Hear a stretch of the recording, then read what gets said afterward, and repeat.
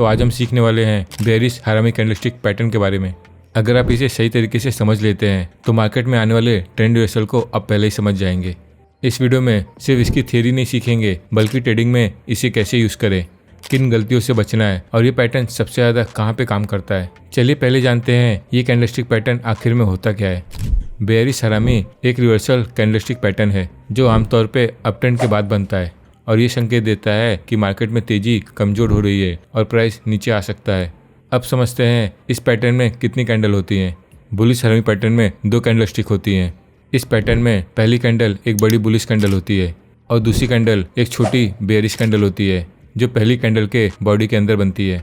अगर दूसरे शब्दों में कहें, दूसरी कैंडल पूरी तरह से पहली कैंडल के अंदर होती है। इसी कारण इसे हरामी कहा जाता है, क्योंकि जापानी भाषा में हरामी का मतलब होता है प्रेग्नेंट।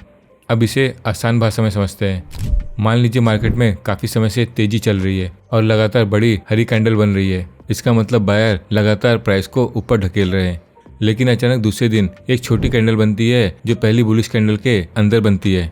ये पैटर्न हमें ये संकेत देता है कि बायर्स की ताकत अब कम हो रही है। अब सेलर धीरे धीरे मार्केट में आ रहे हैं। यही संकेत आने वाली गिरावट की शुरुआत हो सकती है। लेकिन हमेशा हमें ये बात याद रखनी चाहिए कि एक पैटर्न को देखकर हमेशा ट्रेड नहीं करना चाहिए। हमें हमेशा कंफर्मेशन का वेट करना चाहिए। अब यहाँ पे कौन सा कंफर्मेशन हमें देखना चाहिए। कंफर्मेशन हमें तब मिलता है जब ये पैटर्न बनने के बाद दूसरी कैंडल नीचे की तरफ क्लोज करती है, यानी प्राइस प्रीवियस कैंडल के नीचे क्लोज देता है। ये दिखाता है कि सेलर ने वास्तव में मार्केट में कंट्रोल लेना शुरू कर दिया है। बेयरिश हरामी को सही तरीके से पहचानना ट्रेडर के लिए बहुत महत्वपूर्ण है, क्योंकि गलत पहचान से गलत ट्रेडिंग निर्णय लिए जा सकते हैं। इस पैटर्न को समझने के लिए सबसे पहले ये जानना जरूरी है कि ये आमतौर पे अपट्रेंड के अंत में दिखता है। अगर ये पैटर्न साइडवे में बनता है तो इसकी काम करने की पावर कम हो जाती है, तो ये पैटर्न काम नहीं करेगा। दूसरा जरूरी पॉइंट, पैटर्न के कैंडल का स्ट्रक्चर। इस पैटर्न में 2 कैंडल शामिल होती हैं। आमतौर पे पहली कैंडल एक बड़ी बुलिश कैंडल होती है। इसका मतलब है कि उस दिन मार्केट में बायर का दबाव अधिक था। ये कैंडल मार्केट की मौजूदा तेजी को दर्शाता है। इसके बाद बनने वाली दूसरी कैंडल और उसका बॉडी पूरी तरह से पहली कैंडल के बॉडी के अंदर होती है। ये छोटी कैंडल मार्केट में इनडिसीजन को दिखाता है। जब दूसरी कैंडल पहली कैंडल के अंदर बनती है तो ये दिखाता है बायर अब पहले जितना मजबूत नहीं रहे। यही कारण है इस पैटर्न को ट्रेंड रिवर्सल का संकेत माना जाता है।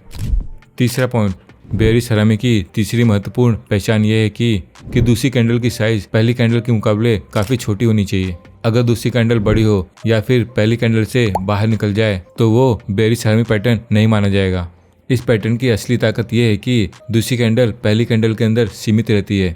कई बार दूसरी कैंडल डोजी के रूप में भी बन सकती है, जिससे संकेत और बढ़ जाता है कि बायर और सेलर के बीच अनिश्चितता बढ़ रही है।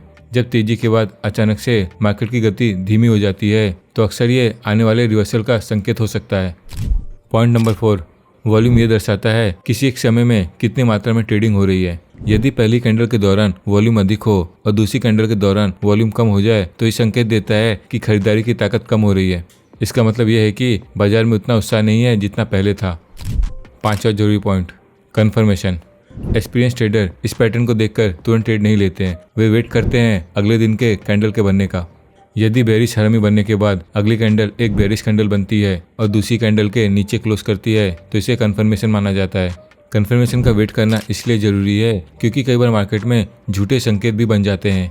यदि बिना कन्फर्मेशन के ट्रेड लिया जाए तो नुकसान होने के चांसेस काफ़ी बढ़ जाते हैं। इसको यूज़ करते समय एक बात का और ध्यान रखना है, इसे हमेशा अकेले नहीं यूज़ करना चाहिए।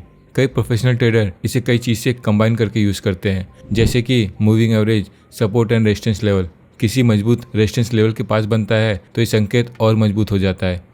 अब सवाल आता है इस पैटर्न पे ट्रेड कैसे करें। जैसा कि चार्ट पे अगर आपको ये पैटर्न बनते हुए दिखता है तो पैटर्न बनते ही इसमें नहीं कूदना है, हमें कन्फर्मेशन का वेट करना है। जैसे ही हमें कन्फर्मेशन मिल जाता है तो हम इसमें एंट्री कर सकते हैं। अब हम बात करते हैं कुछ कॉमन मिस्टेक की जो नए ट्रेडर अक्सर करते हैं।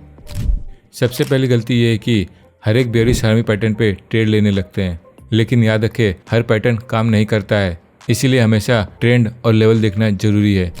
दूसरी गलती ये है कि ट्रेडर कंफर्मेशन का वेट नहीं करते हैं और जल्दी एंट्री ले लेते हैं। इससे कई बार फॉल्स सिग्नल मिल सकता है। अंत में आपको एक ही सलाह देना चाहूँगा, कोई भी पैटर्न 100% काम नहीं करता है। बेयरिश हरामी भी एक प्रोबेबिलिटी बेस्ड सिग्नल है। इसके लिए प्रैक्टिस करोगे और चार्ट एनालिसिस करोगे तो धीरे धीरे आपको समझ में आने लगेगा कि कौन सा पैटर्न काम कर रहा है और कौन सा नहीं। उम्मीद करता हूँ आपको ये पैटर्न समझ में आया होगा।